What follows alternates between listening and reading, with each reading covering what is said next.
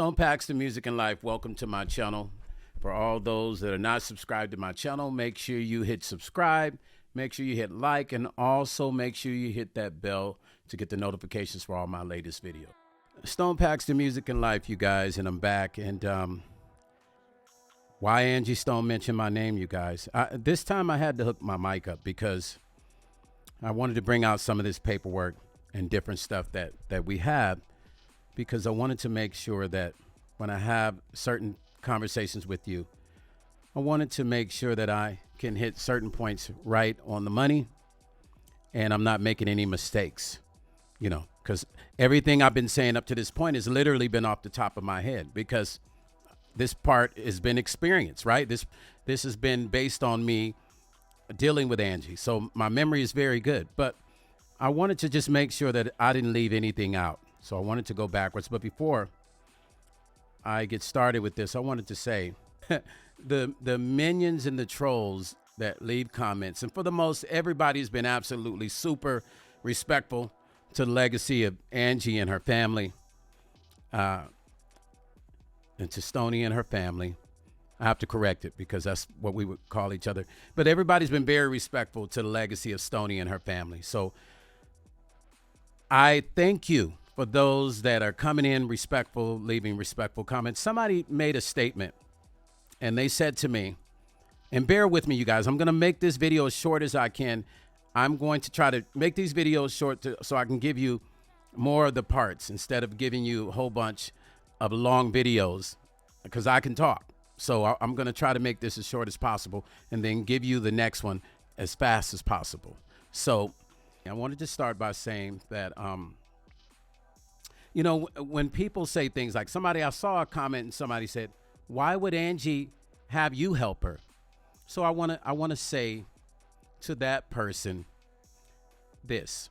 The thing about that statement is, why wouldn't she? And I'll say this again, too. I deal with all my life.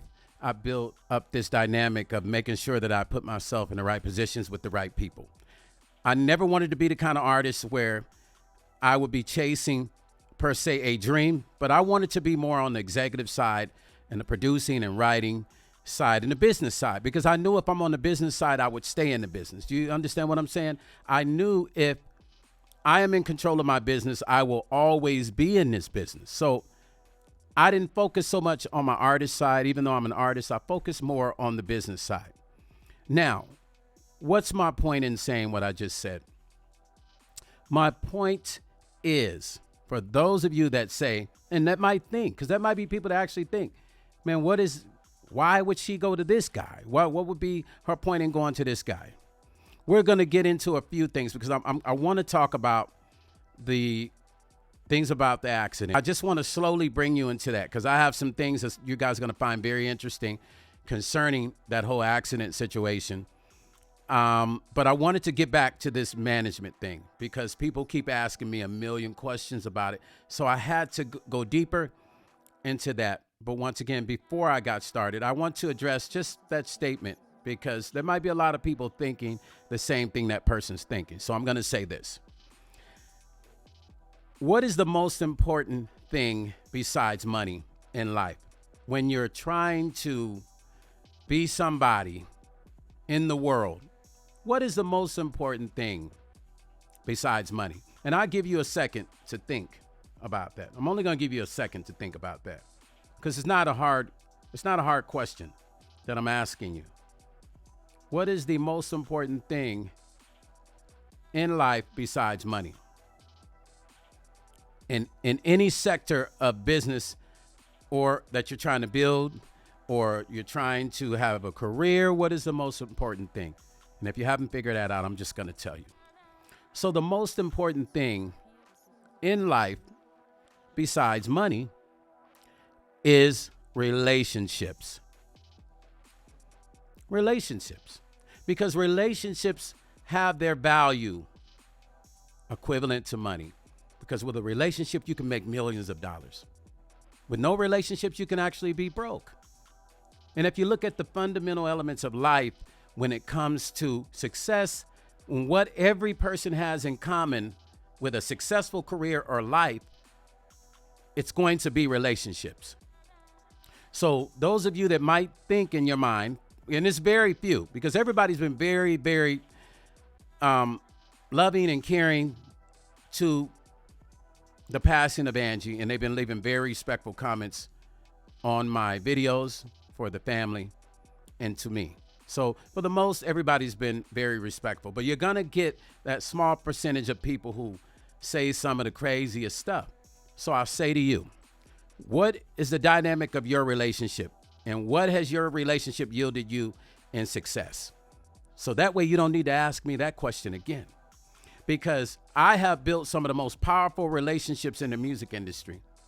Thus is the reason AngieStone reached out to me. Now, before I really get into what I'm about to get into, I want to mention a few things on how I met Angie. Oh, let me take that back. Wait a minute. Not necessarily how I met Angie, but how this came about. There's 3 people in my life that were connected to Angie, to Stoney, okay? 3 people in my life. And these 3 people were writers with her on the records. You know, one of my friends goes back to like Angie's first record. Tons of people I know were connected to her that I deal with personally. Number 1 was Sharon. She wrote on Angie's earlier record. She was a writer on the record. Close relationship with Angie.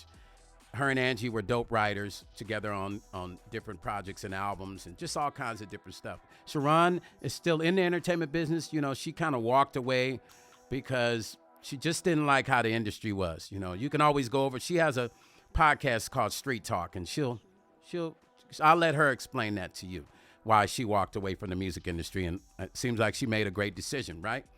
And Juanita Wynn, who actually, Angie called her and was asking about a Vegas residency. And Juanita tours with Angie and writes with Angie on a lot of her hit records as well. And she told Angie, well, my buddy Stone has connections. He can make it happen for the residency. So initially, this thing was about a residency. And Rufus Black, which is my writing partner, him and I have written for Mila J on her record, one of her records together, as well as other artists him and I has written for. But he's written for Beyonce and Angie as well. You know what I mean? So the introduction of Angie, I was dealing with Angie already. She had been hearing my name from Sharon and Rufus. And then Juanita mentioned me again. And so here goes the journey with us moving forward with her publishing. Well, wrong. The residency initially. And then that's when Angie mentioned to me she had an issue with her money and she was owed a lot of money. And even that whole situation with the residency was a whole dynamic with that. But I'm going to go into how all this happened. Now, there might be, and this is for the people that know Angie, because there might be people knowing Angie for 50 years. Hell, there's people that know me for 35, 40 years, right? There's people that have only known me 2 weeks. But it doesn't necessarily make a situation with somebody 30 years better than the situation with somebody I've known for 2 weeks. It's all about how that person interacts with me. You understand what I'm saying? And so for those people, because there's been a lot of talk in the circle, which is why I'm bringing this conversation up. There's a lot of mess going on right now. A lot of mess going on. And so you'll have people that have been with Angie for these many years feel like because maybe I wasn't with Angie for 30 years, that means something. So I'll say to those people, any of you guys watching this that have known Angie for years, one thing about Angie was she would not share her private business with many people. She was very careful and calculated about sharing paperwork, sharing her privacy with how her life is going. She really didn't share the personal paperwork with people. You understand what I'm saying?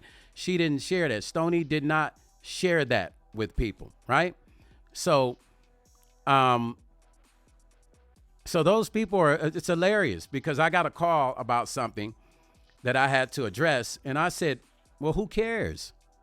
Did Angie call on them to help? And, you know, it's funny. People can say whatever they want to say.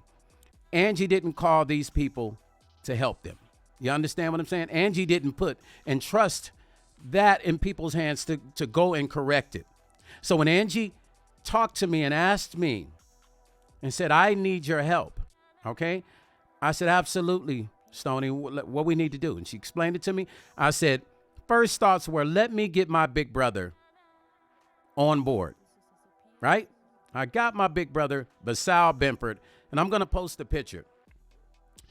I want you guys to understand, for the fans, this conversation is for the fans, and I'm sorry that I got to backtrack. Forgive me. I know you probably wanted me to go forward, but I am backtracking because there's another story within this story. So I said, you know what? How can I make this effective for Angie? How can I put together my own version of a dream team for Angie, right? I called up my big brother, Vassal Benford. Man, I want you to go look Vassal up. And I'm going to post a picture, okay? This is who Angie's manager currently is right now. And I want you guys to understand that, right? I want you to understand that this is her current manager. It doesn't matter what nobody says because we've been hearing a lot of weird stuff. And I want you to understand the dark energies are working in this situation. And you got sleeper cells within the midst of the circle.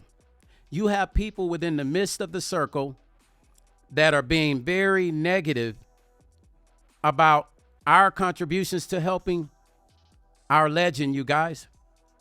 You have people in the middle of the circle, inside the circle, that are saying negative stuff about our contributions to helping Angie get. And I'm sharing this with you so that nobody else can share this with you because I got a call this morning, right?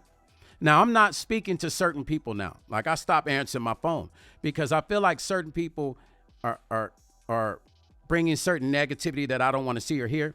So I had to call my brother and tell my brother about it. But before I could call him, he was calling me. Him and I was calling each other. He called me and he said, Vassal said, I had a dream. And Angie came to me. And she said to me, and I'm telling this to you fans, because everybody's been asking me, Stone, are you guys going to keep up the fight? Are you going to fight for Angie and finish out what you guys started? Absolutely. We don't plan to stop. Angie signed an agreement with us, and we plan to honor AngieStone. We don't care about what nobody else is talking. My big brother Vassal does not care about that. So he calls me and he tells me about the dream.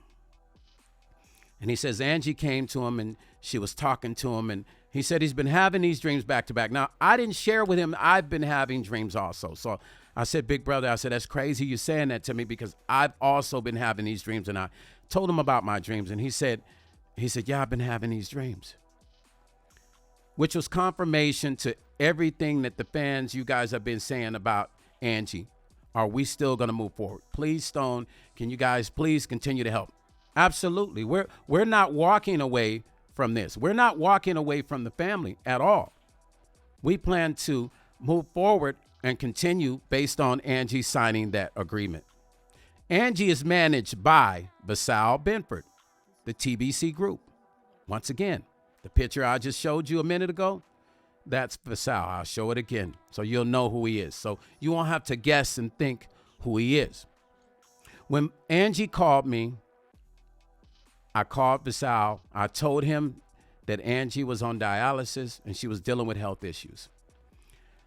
He immediately said yes. He said, little brother, listen, I got it. Tell Angie I'm on board. Call her, get her on three-way. I called her, got her on three-way, and we went in motion. Vassal put up his own money, initial $40,000 just to go search and find out what was going on with the songs, right? Just to find out what was going on with the songs and where they were. Now, you got to understand that what was going to happen was, hold on, give me a second, you guys. I created some notes because I wanted to share some things with you that I hadn't shared. So I have all kinds of paperwork down here in front of me he put up his own money, you guys, just so please understand that. And Vassal told Angie, he said, Angie, I want to help you because my brother passed away from kidney failure. And it's not about the money for me. So you guys got to understand, Vassal is well-to-do. He doesn't need nobody's money. His company is worth $300 million, okay? His entertainment company. So he doesn't need the money. He went into helping Angie because he wanted to.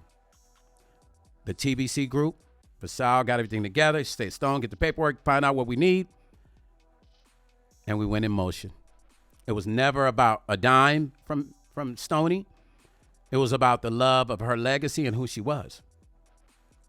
And he began to talk to her about how he was going to, as we were doing that, we wanted to initially take care of getting her the money back first. And then we were going to go into the residency. But then he started saying, well, you know what, let's go ahead and start working the residency out while we're working out the money situation.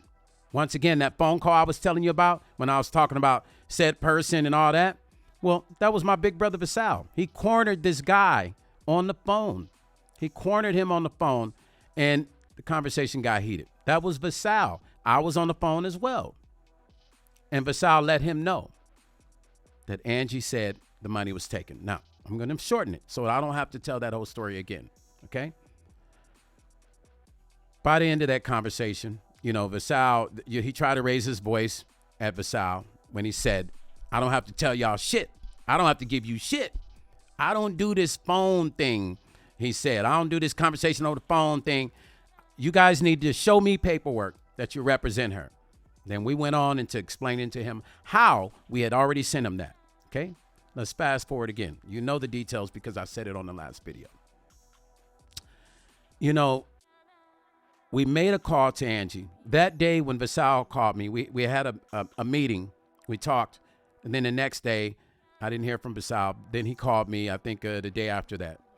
And he says, can you get Angie on the phone? And I said, yeah. And I said, what's wrong? And he explained some things to me. He says, not good.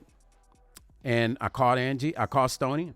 And I said, Stoney, I got Vassal on the phone. She, you know, in her cheerful voice, hey, baby, how you doing, Vassal? Hey, so good to hear from you. And this is when he had to tell her, you have nothing. There's nothing there. There's no songs. Now, before he called her, he said to me, Stone, you know, there's nothing there. And you know there's nothing there. We found nothing.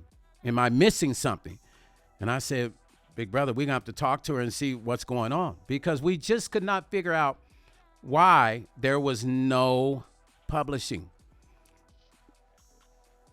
You know, why? And he had to tell her that. Now, I want you to understand that this thing goes very deep. So how were we able to find these things? How are we able to dig so deep into AngieStone's situation and find stuff out? Cornerstone Management is not the company that was managing Angie. That's a made-up company. Okay, that's a company that Angie made up. But that's not who was taking care of that. It was the Benford group. So I'm getting back on today to kind of rewind this and explain to you the involvement per the name Vassal Benford. So you understand, Vassal Benford is AngieStone's manager. And I'll repeat that again.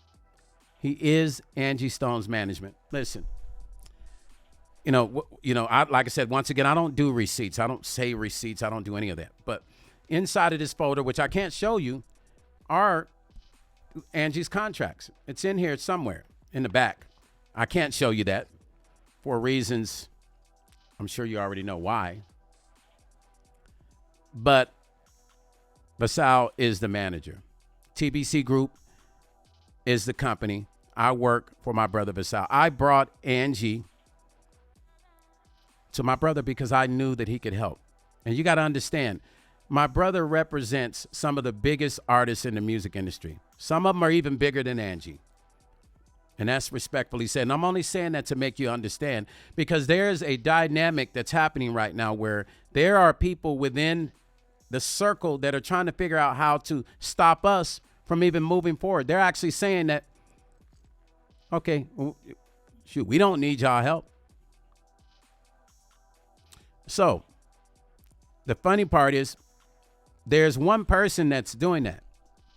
And this person is actually spewing negative stuff about the company and about us and saying these negative things. And once again, I'm standing in front of this first so that nobody later on can say something that we didn't cover. There's people that's actually trying to say that now this is what we were told, only going off of what we were told, that we, and I'm saying it to you so that you guys can already have the news, that we force, and under duress, we force Angie to sign the contracts. Now, mind you, Angie was in Atlanta and we're on the West Coast. Mind you, Angie seeked me out to help. Mind you, Angie would always call me and tell me, Stoney, what we're doing, what's going on, what's happening. It's one person it's a sleeper cell, and you know who you are. And that sleeper cell is sitting amongst the family. Yeah, I said it. That sleeper cell is sitting amongst the family and got the family completely fooled. But it's creating this dynamic of drama and, turning people against each other for their gain because they want to be famous, y'all. This particular person wants to be famous. Yeah. Now, I'm going to mention that person's name, not on this video. This person wants to be famous. Now, what we're bothered by is the fact that we keep hearing this. This is the second time we've heard this stuff that this person has said. So my brother called me and we talked about it because somebody else said it. So you know what happens when people start saying things and somebody else hears it and it changes and another person hears it and it changes. That vibration, right? That vibration of negativity. And why? Everybody should be doing everything they can to make sure that this woman's legacy is saw all the way through with getting that money back into the estate of the family. Why would you disrupt what we've done? Our contract is valid. My big brother's contract, the TBC Group company, the Benford Group, is valid. You can't invalidate an agreement that was already signed, and we were already in motion. We were already in motion. So there's a sleeper cell in the circle, right amongst everybody, right amongst, and got people fooled. Literally have people fooled. And that person knows exactly, you know who you are. And if I was you, I'd be careful with speaking negative about people and keeping that narrative going, because every time you tell one person, then that person tells somebody. But it started with you lying. We have no reason to have stressed Angie out to sign an agreement. Now, this same person, I will mention names. This same person, I'm going to tell you guys, this same person also was one of the ones that had to do with the booking of the van, the Sprinter. This person was one of the persons that has something to do with, see, everybody's talking about the truck, but nobody has asked who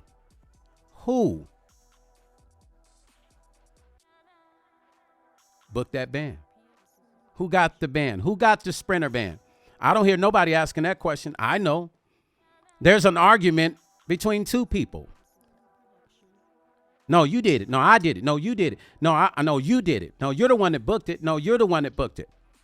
It's within the circle, you guys.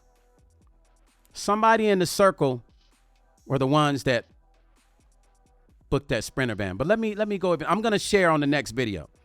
I'm going to share something with you that's going to blow your mind. A conversation that person had with me the morning that Angie passed. And the conversation was rather uncomfortable, but I entertained the conversation because I was crying like a baby. I was screaming, crying. And she told me, that particular person said, I got you on speaker. I didn't give a damn. I was crying. Right? But they shared something with me about the driver. And I wrote it down so I didn't forget it. Because I just thought it was kind of unusual that person would say what they said to me. So please understand, the TBC Group, we are the managers. My big brother Vassal is the one that took over everything. This is the manager. And it kind of drove me crazy because, I wish Tyler Perry had spoken to my brother. That's who he should have spoken to. We got a call. I got a call from Tyler Perry's people asking questions about us and our involvement. And then I found out on the memorial, they didn't even have the TBC Group's name on there as a company that had taken over the collecting of all of her rights back. They totally erased us out of that. They totally erased us out there. And this conversation goes deep because it just goes deep. This particular person I'm talking about, we're going to expand on that. My brother is so deep in the industry, and people say, I'm worried about you, Stone. I'm worried about you. Well, I'm not worried about anything. My big brother is one of the most powerful people in the music industry, period. He's one of the most powerful people in the entertainment business. He sits at the table with everybody. There's nothing for me to be worried. And I'm not mentioning the names that you hear people on the internet mentioning. I don't need to do that. But I'm going to tell you about this one person in the circle. I'm going to tell you about that. I feel like this is my mission. He feels the same way. My big brother feels the same way. The same thing that my big brother wants to do and has been doing for Angie's estate is the same thing he did for the BB King estate. They're currently, I looked up, if you go to Trillis, this is a site called Trillis, the case law. I looked up, it's funny because I didn't even tell my brother, but I knew he was handling the situation with the BB King estate. And I looked up on Trillis and looked up the case of the BB King estate. Because BB King's daughter, it's like my mother. I call her Mama King. She just had a stroke, and Vassal has been looking out for her and the family. So the thing we do, the thing the TBC group does, the thing that my brother does is not about money. Nobody needs to worry about money when the money is there. No need for nobody to worry about money because you have to spend money to make money, you guys. You got to understand that. You have to spend money to make money. Okay? So that narrative of us, I was appalled when I heard it. I was like, what? And this is what this person, the same person that has something to do with the rental of the Sprinter. And it's an argument between her and somebody else in the camp. You rented it. No, you rented it. I didn't rent it. It's literally an argument with these two people as to who rented that Sprinter van. I think we should start there, you guys. Everybody's worried about the truck. We already know the truck is there. Let's talk about who rented it. Because that same person told something to me about the driver, says something to me about the driver that morning that I found to be very, very questionable. And I'm going to share that with you on the next part 3. Or is this 2? It's part 3, part 4. I'm sorry. You understand what I'm saying, you guys? Sometimes you have to get ahead of when people think they're going to try to say negative things about you. You got to get ahead. You got to use your platform to set the record straight. So I'm setting the record straight. They're trying to figure out a way to get rid of us from even continuing to collect what we've already started. They're trying to get rid of my big brother and the TBC group and replace it by saying that the contract we had with Angie was invalid. It's not valid anymore because she died. That's what they're saying. Which is a lie. Okay? Which is a lie. Like I said, I have the signed agreement right there. This is why people have to be careful speaking negative about people. Once again, my big brother is a very powerful person in the music industry. And to give you an understanding of the TBC group, the executive vice president of Universal works for my big brother now. Now, he's no longer at Universal, but he works for my big brother's company right now. So we're not dealing with any low-level people. So for all the people that's trying to figure out how this is going to happen, like I had a friend of mine, this idiot, and I'm going to call it for what it is. He's trying to figure how y'all going to do this. And I said, man, you know nothing about the music industry. So stop placing your opinions about things you don't know. People want to play forensic investigators. And first of all, they don't even, some of them barely know how to count. But they want to play forensic investigators about the music industry and a business they know nothing about. Okay, I'm going to end this because I'm going to do the part 4. And I'm not going to wait to do the part 4. I'm going to try to make it as quick as possible. But I will say this again. Angie is managed by the TBC group. Once again, I'll post the picture right here. This is my big brother, Vassal, the one you always hear me talking about. The one that discovered that Angie had no publishing. Our team. He is the leader of the team. He's the leader of the pack, and he's one of the most influential persons in the music industry. He represents some of the biggest names. I brought Angie to my big brother, and we got the ball moving on this. So I'll say this to you again. There is a sleeper cell in the middle of the storm every day, sitting right there with the family.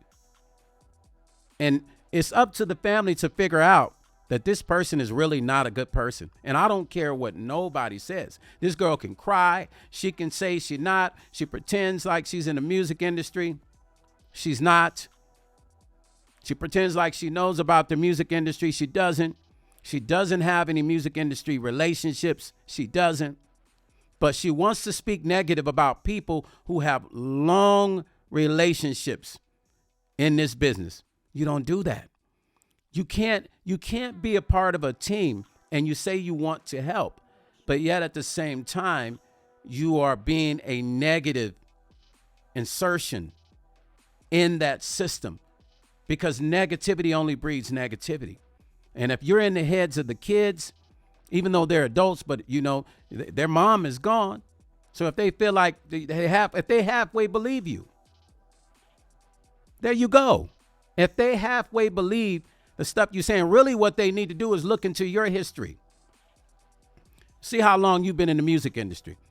If they would just take their time and get away from this person for 4 days or a week to think, and tell that person, you know what, can you just, you know, we're going to get you a place, you know, we're going to book you a ticket to go. We need, you know, me and my sister need to talk. Me and the family need to talk. They would figure out that that person that's in the middle, in the midst, is dangerous. And that person also needs to explain to them what was her relationship with this dude. Why did she tell me what she told me, what I'm going to tell you on the next video? Why did she tell me what she said that morning at the hospital about this dude? And I said to her, I said, well, Angie, I said, Angie's passed. I said, what does that have to do with her passing? And she was just upset about this guy. And you know, how it was something he was doing and she was disappointed about. I'll share that with you on the next video. A sleeper cell. So I'm giving you this information, you guys, so you don't hear it, somebody leak it, somebody else tells you something. This girl, guy, whatever, right, says, oh, yeah, well, we don't necessarily need them. And, you know, they forced Angie to sign under stress. She was stressed. She was crying. This is what this girl is saying to people. She's lying. It's a dangerous game. It's a very dangerous game when you're lying on people that have been in this business for many, many years. Now, if the truth is the truth, it's the truth. I mean, you see me talking about it. I'm getting like in front of it to let you guys know, so that when you hear it, and if you hear it, because she knows if she comes out with this, it's going to be a problem, because she's already been threatened. My people already threatened to sue this particular person. Now she knows who I'm talking about, because she'll hear this and know. And you know the stuff you're saying is not cool. And you know the stuff you're saying to the family is not cool. So stop it. And it's better to stop it while you're ahead, because if you stop it while you're ahead, you actually save yourself a lot of less headaches, because you're lying. You're lying about everything you said. It kind of really makes no sense. And we're trying to really figure out what your angle is. I know you want to be a star. I know you want to, you call yourself an artist. You know, I know you were around Angie. You really low-key envy Angie. You low-key kind of want to be Angie.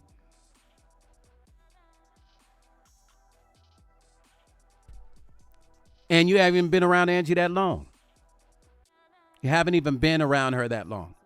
So my advice to you is be careful with your negativity and starting mess, because what's going to happen is once people wake up, they're going to figure you out. See, one thing about a person who starts stuff like that, eventually the tides come in to claim the sand. You understand what I'm saying? The tides will come in to claim the sand. You're going to be exposed sooner or later. It's just a matter of time. So you can keep doing what you're doing. Like, or you can just stop being that way and stop lying and stop making lies up. Nobody can force a person to sign a contract. Nobody has a gun to anyone's head. Angie was a very intelligent woman. Oh, she was sharp. She was super sharp. But the sad part about this is she believed in you, young lady. She believed in you. She really, you had her fooled. She really actually believed in you. She believed in some of the stuff you say. You had her fooled. I would hear when she would be talking to me and I would say, who was that in the background? And I would say your name. She'd say, no, that's nobody. But I knew it was you. You was whispering. You'd be there sometimes feeding Angie certain words. I know. I'm not stupid. My ears are good. I mix records. I record. I got great ears. I can hear stuff from a distance. I would hear you whispering in the background. A few times I said to Angie, is that such and such? No, it's nobody. But I know it was you because I could hear the voice. Because you were trying to feed her what to say sometimes. This is how you were manipulating, and you've been manipulating people in your circle.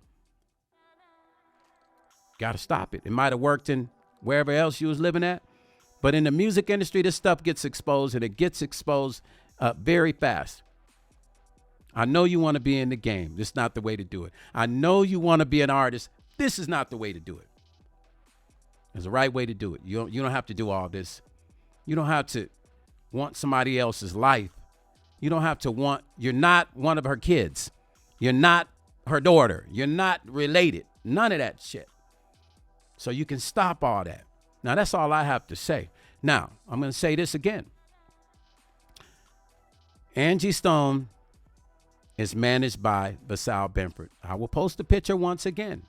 I'm sorry I had to go back and revisit some of this, you guys. My apologies, but I wanted to give you a little bit more this time, but I had to go back and revisit some of the stuff in the last video and give you some details that I didn't cover. You understand what I'm saying? AngieStone is managed by Vassal Benford, the Benford Group.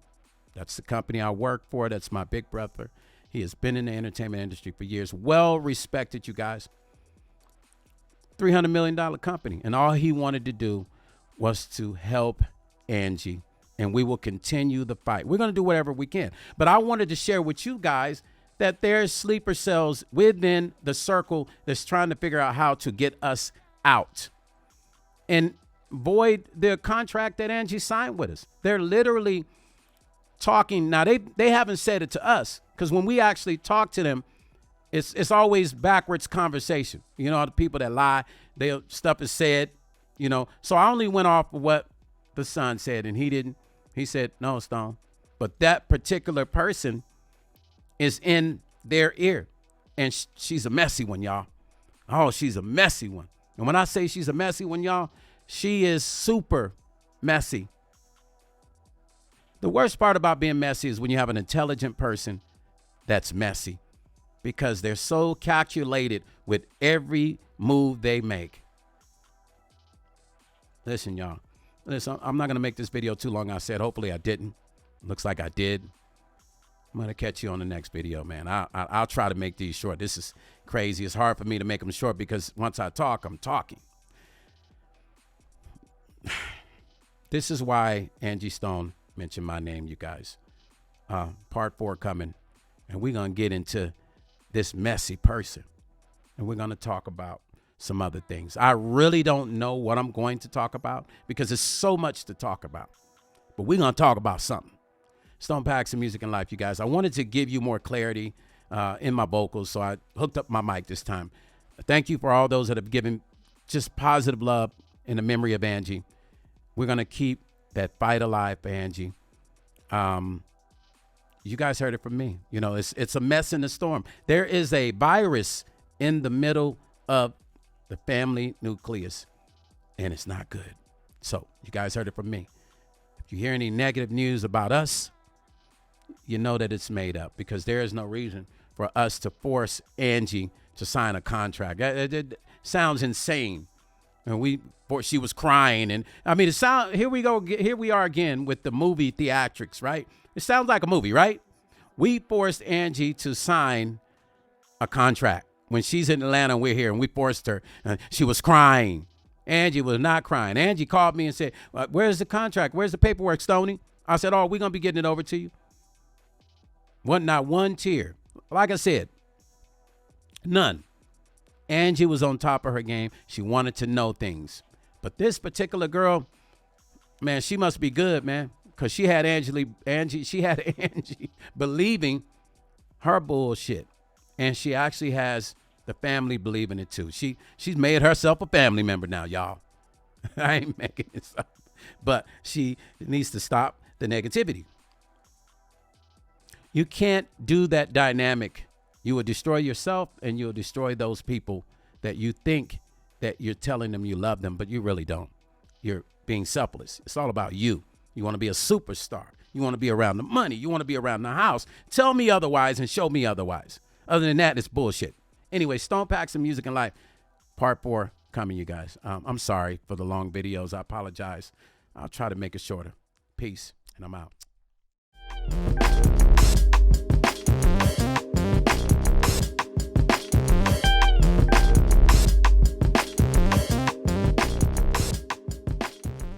Stone Paxton Music and Life.